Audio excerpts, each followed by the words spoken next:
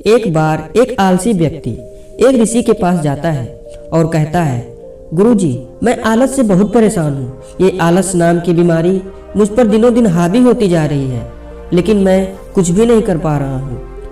कृपया कर मुझे कोई एक ऐसा तरीका बताएं जिससे मैं अपने आलस को त्याग कर एक कर्मठ सुखी जीवन जी सकूं। ऋषि ने कहा, आलस उसी व्यक्ति के जीवन में आता है जिसके जीवन में कोई बड़ा लक्ष्य नहीं होता, जो जीवन को जीना नहीं सिर्फ काटना चाहते हैं।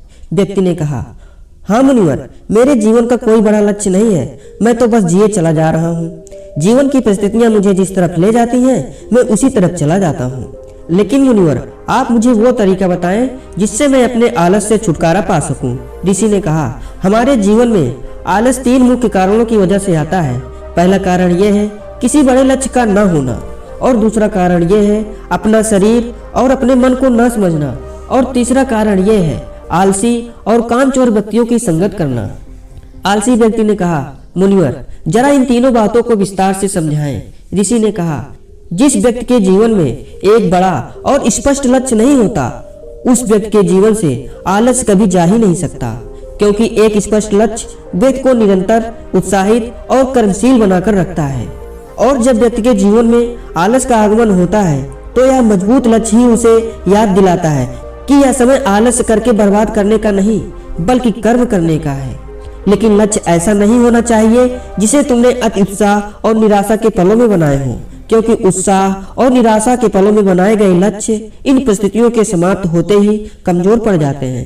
लक्ष्य का निर्धारण हमेशा ही अनुकूल परिस्थितियों में ही बहुत सोच समझकर और शांत दिमाग से करना चाहिए। वह लक्ष्य तुम्हारी भावनाओं और दिल से जुड़ा होना चाहिए।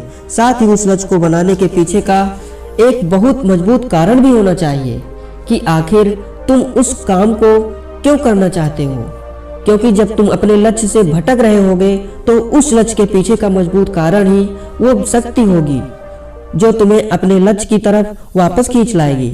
अगर तुम्हारा लक्ष्य ऐसा है जिसके बारे में सोच समझकर ही तुम्हारे अंदर जोश और आंखों में आंसू आ जाते हैं, तो फिर तुम्हें चिंता करने की कोई जरूरत नहीं है, क्योंकि फिर तुम्हारा लक्ष्य ही तुम्हारे आलस को खत्म कर देगा। ऋषि ने आगे कहा, लेकिन कुछ ऐसे भी लोग होते हैं जिनके जीवन में लक्ष्य तो होता है, लेकिन वे फिर भी आलस्य करते हैं। तो उनके जीवन में आलस्य का कारण है कि ऐसे लोग ये नहीं समझ पाते कि हमारा मन कैसे काम करता है। हमारा मन बहुत ही चालाक है और ये हमारे साथ हर समय खेल खेलता रहता है।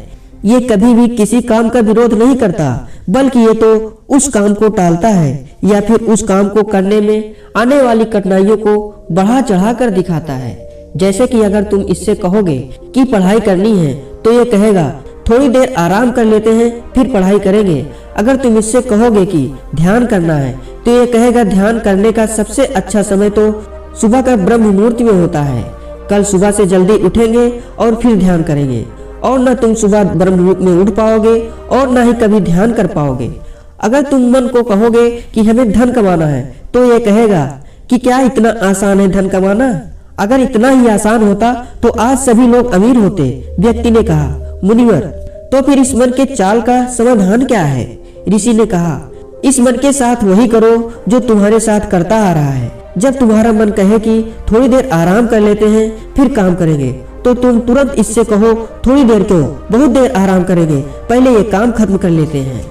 जब मन कहे कि आज स्वादिष्ट भोजन कर लेते हैं, कल से व्यायाम करेंगे, तो तुरंत इससे कहो स्वादिष्ट क्यों, बहुत स्वादिष्ट भोजन करेंगे, लेकिन व्यायाम आज से ही शुरू करेंगे। कुल मिलाकर तुम्हें अपने मन को मूर्ख बनाना है, जैसे ये तुम्हें बनाता आ रहा है। व्यक्ति ने पूछा, लेकिन मुझे अपने मन को मूर्ख कब तक बनाना है? ऋषि ने कहा, जब तक तुम अपने जीवन में आलस को दूर रखना चाहते हो। ऋषि ने आगे कहा, या तो तुम अपने मन को मूर्ख बनाओ, नहीं तो यह तो मूर्ख बना ही रहा है। व्यक्ति ने कहा, मुनिवर, कभी कभी मैं ये निश्चय करता हूँ कि कल से इस काम को जरूर करूँगा और अपना समय बर्बाद नहीं करूँगा, लेकिन अगले दिन आते ही मैं फिर से काम को टालना शुरू कर देता हूँ। सुबह सोचता हूँ अभी तो पूरा दिन पड़ा है, दोपहर में काम कर लूंगा। दोपहर होती है तो सोचता हूँ कि शाम को कर लूंगा, और फिर शाम से रात हो जाती है, लेकिन मैं अपना काम शुरू भी नहीं कर पाता हूँ और फिर पछताता रहता हूँ। समय बर्बाद करने के लिए खुद को कोसता रहता हूँ और फिर अगले दिन भी, और बस मेरे साथ ही यही होता है और ये चक्र लगातार चलता आ रहा है। मैं अपने समय को सही तरीके से व्यवस्थित नहीं कर पा रहा हूँ। ऋषि ने कहा, बात सिर्फ समय को व्यवस्थित करने का नहीं है, बात तो मन को व्यवस्थित करने की है।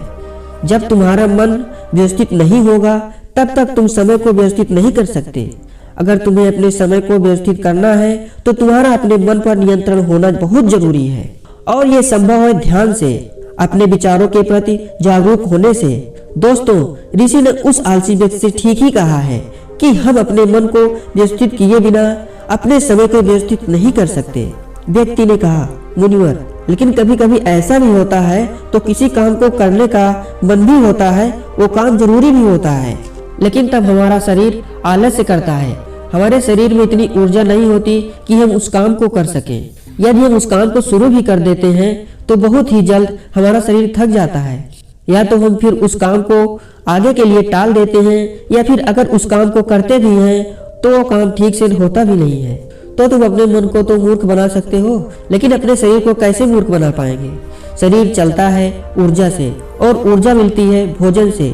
लेकिन तुम ऐसा भोजन करोगे जिसमें खुद की कोई ऊर्जा नहीं होती है, कोई जीवन नहीं है, तो तुम्हारे शरीर को ऊर्जा कैसे मिलेगी? तुम्हारा शरीर पूरा दिन आलस से घिरा रहेगा। ऊर्जा रहित भोजन से मेरा आशय उस भोजन से है जो हम सिर्फ स्वाद के लिए खा जाते हैं, जिससे ग्रहण करने से हमारे शरीर का संपूर्ण विकास नहीं होता है। इसलिए तुम ऐसा भोजन ग्रहण करो जो तुम्हारे शरीर में ऊर्जा भरे, न कि आलस से। फिर व्यक्ति ने कहा, मुनिवर, मैं तो यह समझ गया कि कैसा भोजन आलस पैदा करता है, लेकिन अब आप मुझे आलस के तीसरे कारण के बारे में बताइए कि बुरी संगत कैसे हमें आलसी बना सकती है। ऋषि ने कहा, किसी भी इंसान के जीवन में इस बात का सबसे ज्यादा फर्क पड़ता है कि वह कैसे लोगों के साथ अपना समय व्यतीत कर रहा है, क्योंकि कोई भी इंसान अपने आसपास के माहौल और लोगों से सबसे ज्यादा प्रभावित होता है। इसलिए तुम्हें इस बात का ध्यान रखना बहुत जरूरी है कि कहीं तुम्हारे मित्र आलसी स्वभाव के तो नहीं, कहीं वो काम को टालने की आदत से ग्रसित तो नहीं है, क्योंकि यदि ऐसा होता है तो आज नहीं तो कल तुम भी आलसी बन ही जाओगे। तुम भी काम को टालना सीख ही जाओगे, क्योंकि बुरी आदतें अच्छी आदतों की तुलना में ज्यादा आसानी से लोगों को अपने ओर आकर्षित करती हैं, और फिर लोग इन बुरी आदतों के गुलाम बन जाते हैं। इसलिए तुम्हें अपने आसपास के लोगों के आलसी स्वभाव के प्रति भी जागरूक रहना पड़ेगा, और ऐसे लोगों का साथ छोड़ना पड़ेगा जो स्वभाव से आलसी हैं। अगर आलसी लोगों की संगत करोगे तो आलसी ही बनोगे, ऊर्जावान लोगों की संगत करोगे तो ऊर्जावान बनोगे, और ये निर्णय पूरी तरह से तुम्हारे हाथों में है। इसलिए कर्मठ और ऊर्जावान लोगों के साथ रहो, और अगर तुम्हारे आसपास ऐसे लोग नहीं हैं तो अकेले रहने की आदत डाल लो। व्यक्ति ने कहा, मुनिवर, मैं शुरुआत कहाँ से करूं?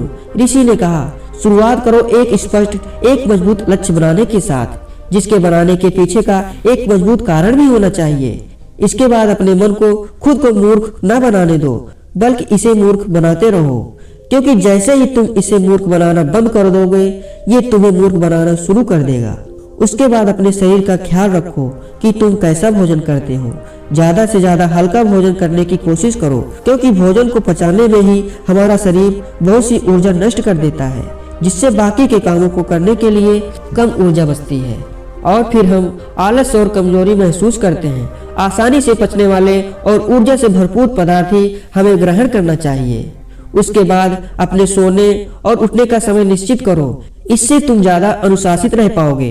अपने दिनचर्या में रोज ध्यान और व्यायाम करने का भी समय निश्चित करो, और साथ ही किसी भी काम को खत्म करने का एक समय निश्चित कर दो। इससे तुम्हारा दिमाग उसी समय तक काम को पूरा करने के लिए खुद को प्रेरित करेगा, जिससे तुम किसी भी काम को समय पर खत्म कर पाओगे। इसके बाद सबसे महत्वपूर्ण बात कि आलसी और कामचोर लोगों की संगत करना छोड़ दो और खुद के साथ समय बिताना शुरू करो। अगर तुमने इन सारी बातों का पालन किया तो आलस तुम्हारे जीवन में पूरी तरह से गायब हो जाएगा।